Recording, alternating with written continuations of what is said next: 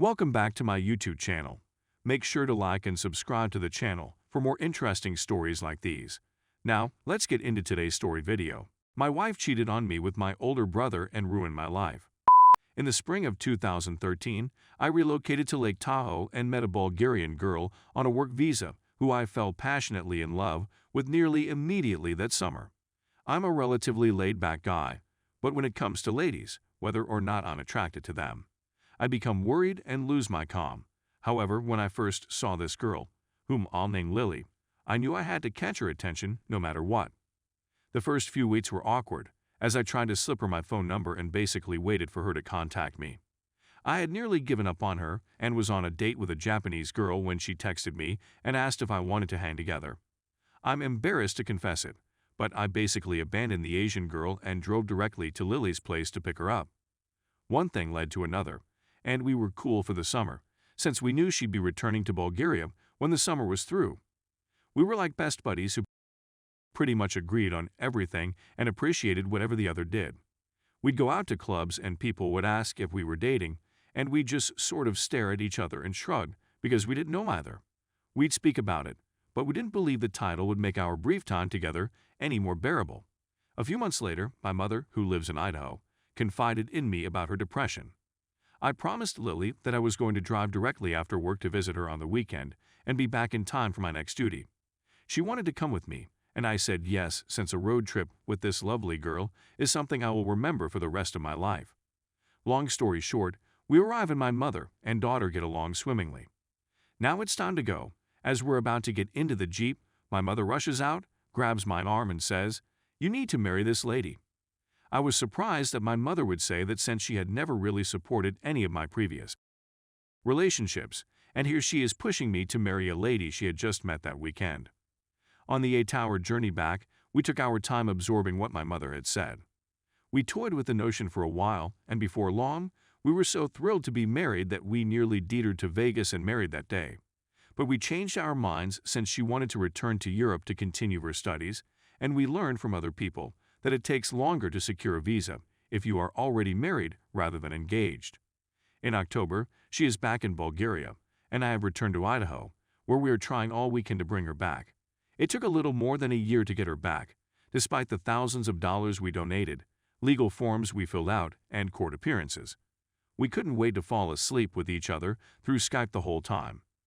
Finally, we got her down, and I went all the way to San Francisco to pick her up since Boise doesn't have an international airport, and she would have spent the night at the airport with the layovers. I'm summarizing the backstory so the readers understand how betrayed I felt. We married on November 9, 2014. When I say that seeing her eyes was the most amazing moment of my life, I'm not exaggerating. That surprised me since the wedding was so tiny and low-key. My mother, my younger brother, and his girlfriend were the only ones there. Months later, both she and I were depressed. I'm not sure why it felt like we were always ill, and she simply began being mean to me. I used to think I couldn't do anything wrong in her sight and that everything I said made her laugh. Anything I said or did now only irritated her. But I was so taken with her that I let her walk all over me.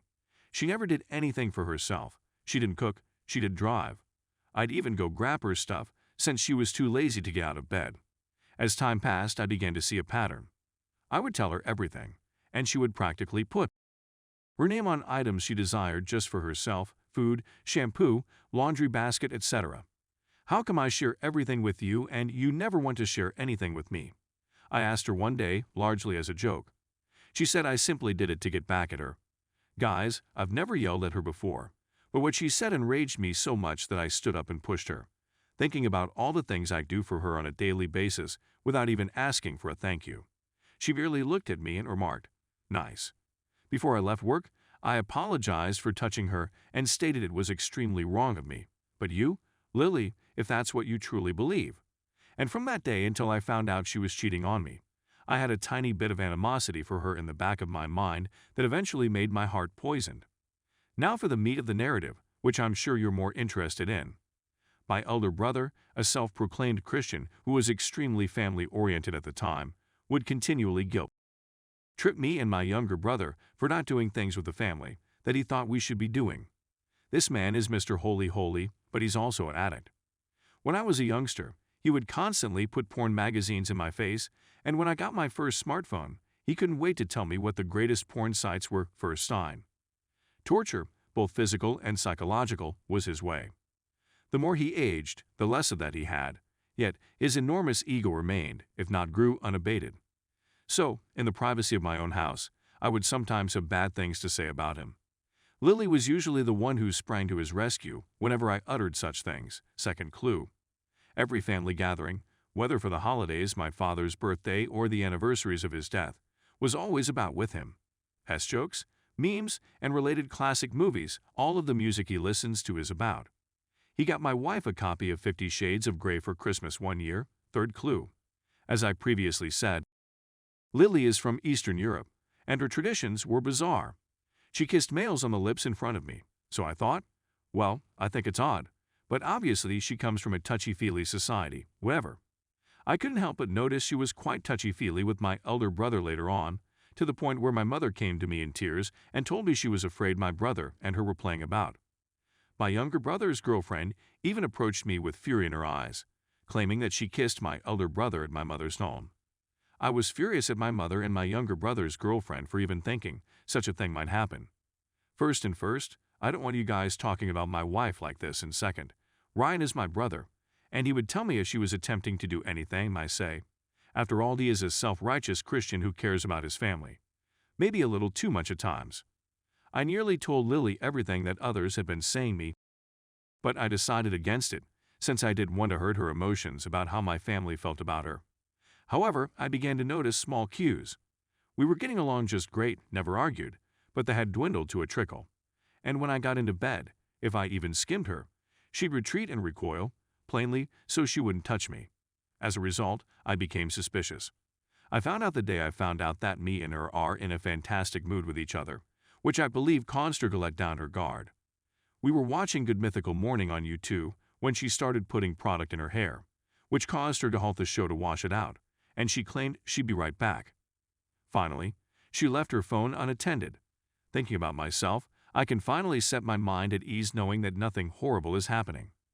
I could tolerate flirting since we're all human, but what I saw stunned and bewildered me to the point that I couldn't believe what I was reading.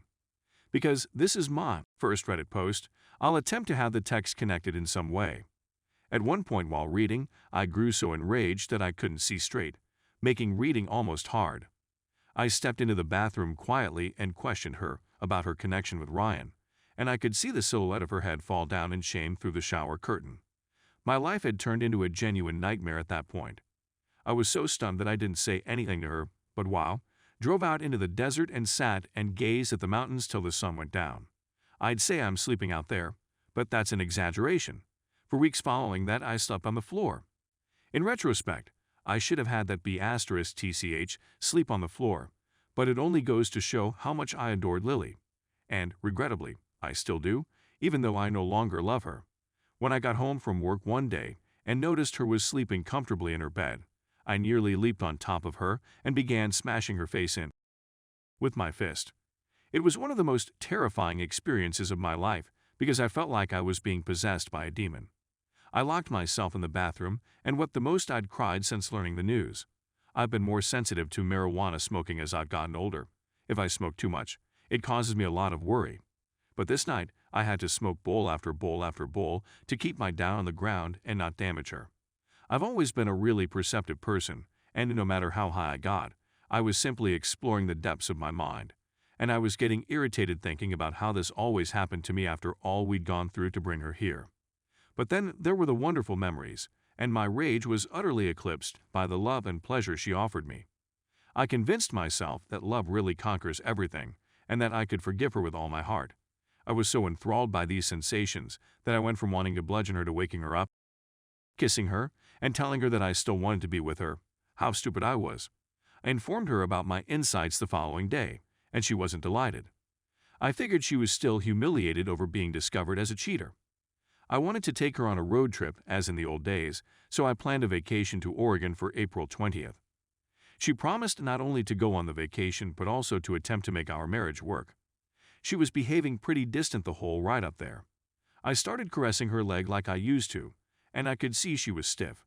And, as if on cue, she began treating me like garbage once again. The only time she was pleasant was when we were at dispensaries, and she was ecstatic about all the marijuana she was purchasing. Anyway, on the way back, we were detained at the border by Idaho State Police for possessing more than misdemeanor quantities of marijuana.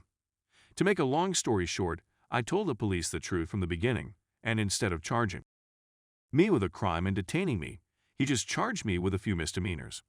I remember turning to Lily and saying, "Whatever happens, I'm pleased I'm going through this with you."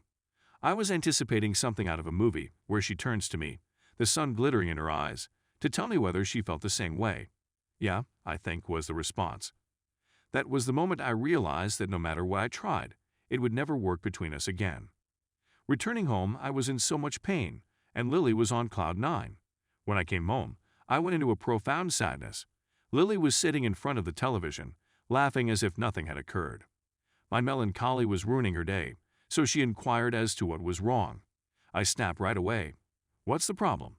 What exactly is the problem? You've damaged not just myself, but also my whole family.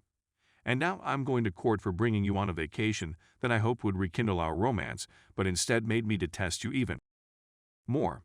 Now I'm irritated with," and I said, "Why, of all people, Ryan? Why is it my brother? Do you have feelings for him?" Silence. "Do you love him?" I said again, turning her around. She just glanced down and nodded silently. I punched a hole in my glass cabinet door and wounded myself badly. I then replied gently, "You may want to go. It's going to become very bad. Don't come back until you're getting your stuff to get the OUT." I yelled as she walked away. She walked away. I duct-taped paper towels to my arm to help reduce the bleeding, but it only helped so much. I dragged mine to Walmart, blood flowing and all, and purchased some bandages, enormous black garbage bags, and a massive Campro container to put all her junk in. I'm sure the folks at Walmart thought I was insane, but I was in such a fog. I had blurry tunnel vision and didn't care about anything or anybody. When I arrived home, I turned on a few albums and began packing her stuff. Using the sold copies of images from our wedding, I named the bag socks, shirts, and miscellaneous. She arrived the following day and grabbed it, and I've only spoken to her maybe twice since, only because we had to appear in court for the cannabis charges, and it would always ruin me. Do you want to play the really messed up part? I can't even look at previous family photographs with her in them, since it's always her and Ryan next to one another. Not only that, but I'm unable to look at previous images in general since Ryan is in more than half of them. So this amounts to nearly 25 years of stuff that I now need to forget. And then there was this. I acquired a new laptop to start again so I wouldn't have to view her images or movies, and when I attempted to export the pictures from my phone, I somehow received pictures from my elder brother's phone. When I saw the thumbnails, I thought to myself, this looks like. When I got a closer look, I realized it was Lily's images. I prayed God to be photos that I had forgotten about capturing. When I clicked on them, I saw that the room didn't appear familiar, and to be honest, mine doesn't look that strange. And then there was. There are many of images of my brother and wife that would make you have to blush. That was in April of this year. Since then, I've been messed up. To fill the gap, I attempted one-night encounters as I used to do in my younger days, but each time, the void became wider and bigger. I suppose that's what occurs when you're in love for the first time. Even in the midst of some random female I met, I came to a halt and urged her to go because I was disgusted with not just her but also with myself. I've evolved into this troubled artist. To pass the time, I simply cut photos out of magazines and stick them all over my walls and anything else. It is in fact incredibly healing. I become a hermit, going out solely to work and to get food. Most days, I simply remain at home and cry myself to sleep, and I don't see